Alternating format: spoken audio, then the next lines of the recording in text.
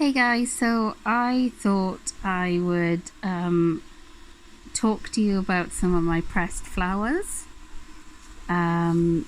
Excuse the noise. Old Randy Bob there is doing some hoovering for me.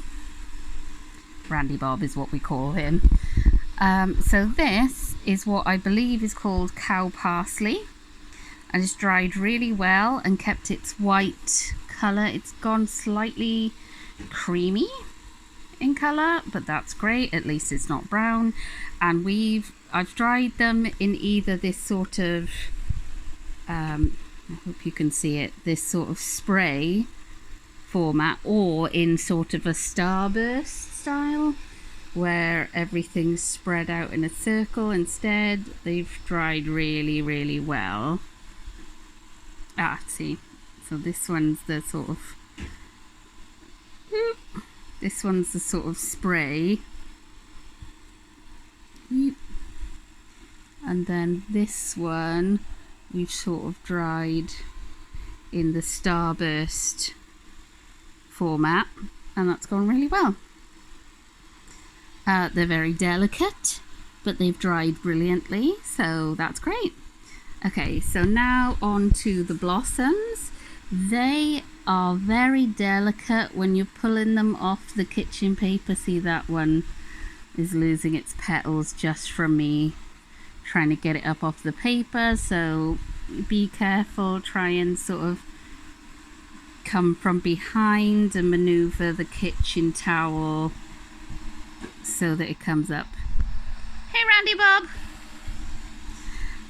But yeah, they keep a lot of their pink colour, which is great.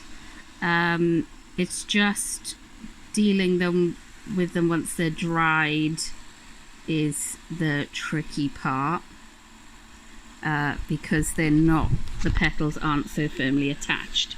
Okay, so now I'm going to show you my daisies.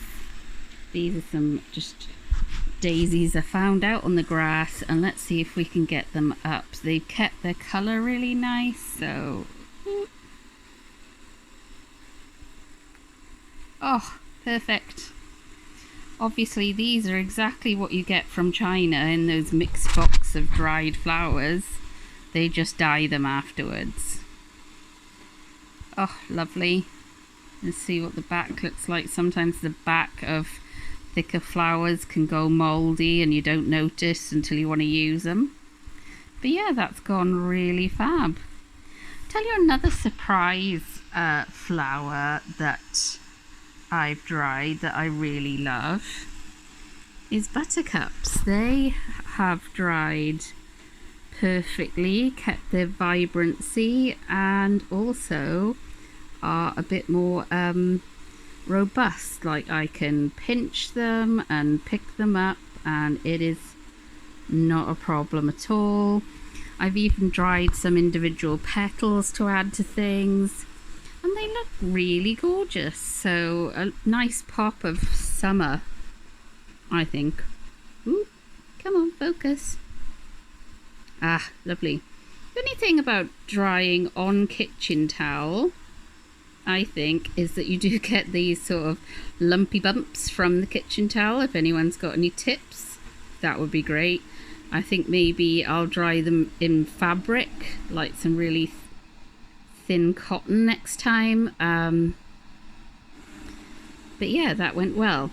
Also, lastly, I did some bluebells. Now, bluebells I have done in the past, and they dry perfectly. I have not been able to do them in the same style as this, but I tend to dry them side on and then spray out the petals, like this one for example.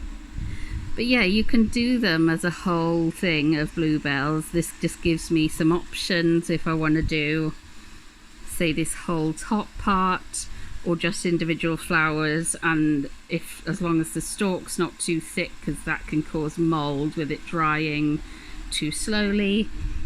But yeah, they dry really well. A lovely blue colour's been kept, so that's great. I'll keep you updated if I have any others to add, but enjoy. Thank you very much.